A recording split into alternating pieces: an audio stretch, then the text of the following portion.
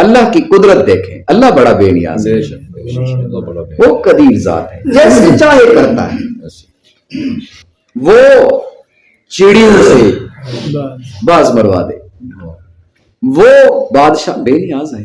تو حضرت موسیٰ، اللہ تعالیٰ نے پھر کیا کیا، حضرت موسیٰ علیہ السلام جس صندوق میں تھے، اللہ تعالیٰ نے اس صندوق کو فرعون کی دربار میں پہنچا دیا، فرعون کے محل میں پہنچا دیا۔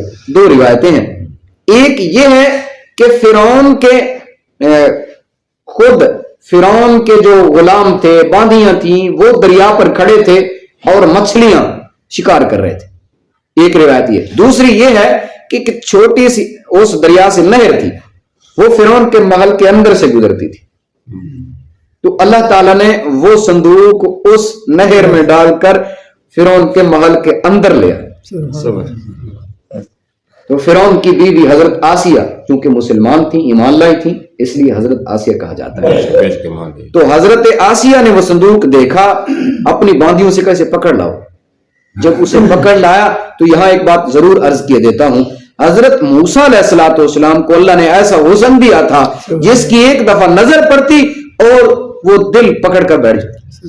سبحان اللہ کے نبی، کیوں؟ اللہ کے نبی ہوتے حسین، کانے نہیں ہوندے، کانے نہیں، گانے نہیں ہوتے، اللہ کے نبی سارے حسین، سارے حسین ہوتے ہیں۔ کانا مرزا تو ہو سکتا ہے، دجال ہو سکتا ہے، نبی نہیں ہو سکتا۔ نبی نہیں ہو سکتا۔ نبی جتنے بھی ہیں حسین۔ حضرت موسیٰ علیہ السلام کو فرعون کی بیوی نے دیکھا، بات سمجھ آ رہی ہے؟